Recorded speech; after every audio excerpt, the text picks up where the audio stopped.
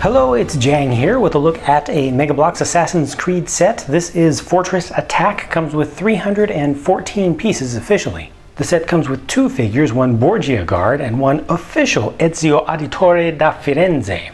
The guard consists of parts that are shared with the guards in the plain Borgia guard set that just comes with figures and one small structure.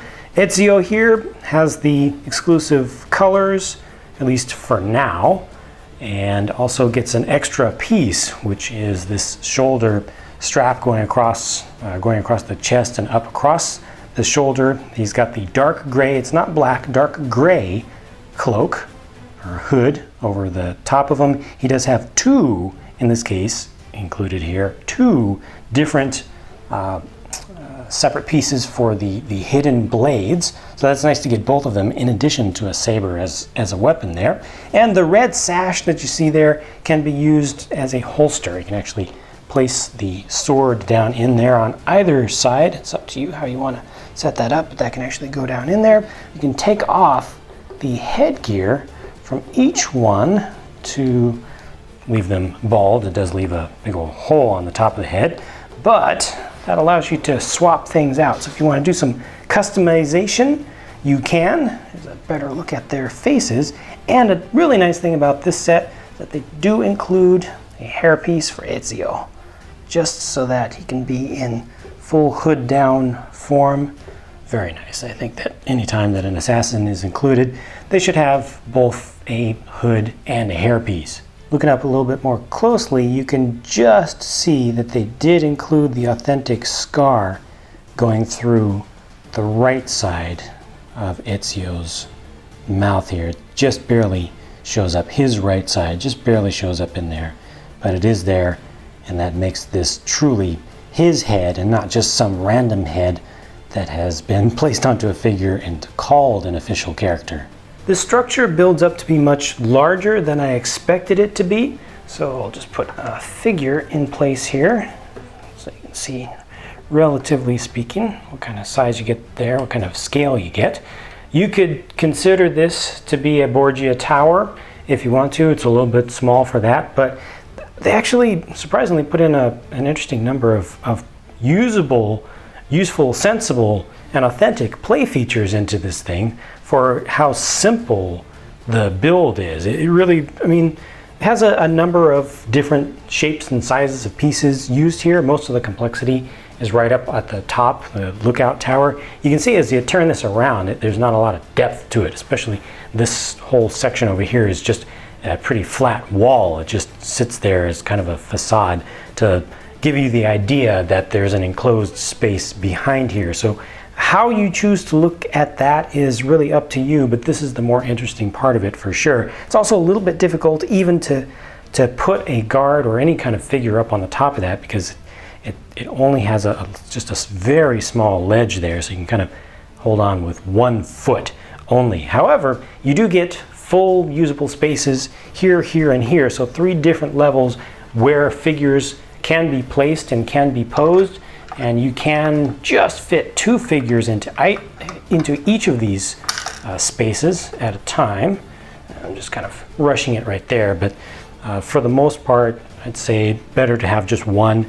You can put a guard in there and then have your assassin come in and kind of kick him out, so you've got the open spaces front and back. Speaking of kicking things out, down here at the bottom, it's actually a removable wall feature, so you can go up to that and bust that right through if you want to. Use that as a entrance or a little bit of a surprise. And then all around this thing, there are lots of these bars, these pole elements that are sticking out that will allow you to use those to climb on, to spin off, and do the trademark tricks of the assassins as they do their wall runs and whatnot. You've also got some footholds over here on the sides, a couple of different angles to kind of simulate some of the spots that you would use in game to try to scale these walls. And it only does take just the space of 1 to be able to hold a figure on there, just one single one. And you could kind of turn him around. You can kind of make him look like he's really working on a climb.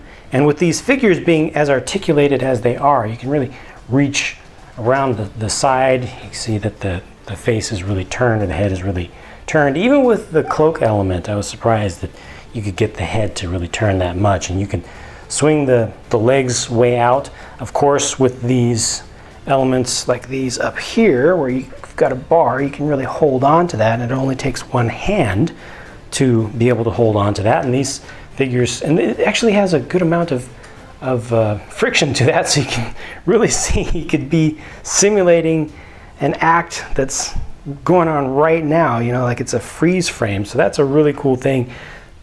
Even upside down, the figure is still able to hold itself.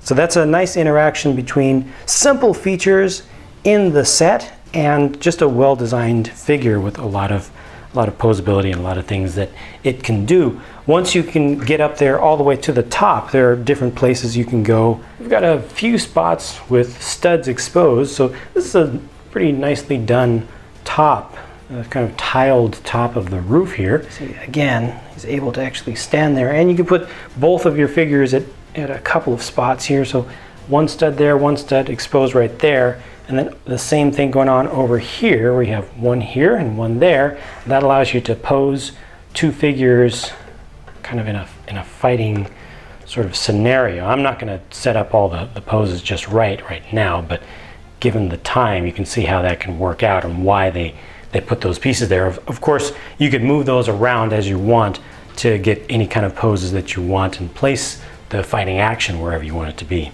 This hanging off the side is a lift, and it's got its cord that goes all the way down to the bottom. Interestingly enough, with this set, they pre-tie the pieces, so you don't have to cut the line at all when you're building this thing. You don't have to tie the knots. It's kind of a nice little shortcut, because sometimes that doesn't work out so well. But once you hook them up, right, just all you have to do is just let go, and weight will pull the guy up. So the counterweight went down and he went up just on his own. Here's another view of the same thing. See, I'm not touching it. That's in real time. That actually happens. Lastly, once you get to the top, they do have a spot for your assassin to come out on a ledge right here. It's just lined up. It's narrow like it should be to kind of make it look like it is in game, but because of how narrow it is, it's a little bit tough to get him lined up with both feet on there. But you can kind of simulate it, but the general idea is this is the spot where you take the leap of faith. So they just had to put that in there. It's an important thing. So this is the spot, and then do whatever you would like with your figure to get him articulated, to get him posed up how you want, and then just go ahead and take your leap, and however you want it to be done. Just don't have a spot for him to land. So that's the one thing that's missing here, is a nice soft bale of hay or something for him to land in. So that's where you need to use your imagination, bring in a pillow, or add some other parts from other sets. That's it for my look at this one. If you have any thoughts about it that you would like to share with myself and the rest of the viewing community, please do in the comment section down below. Thank you for watching, thank you for your time, and I'll be talking to you again very soon.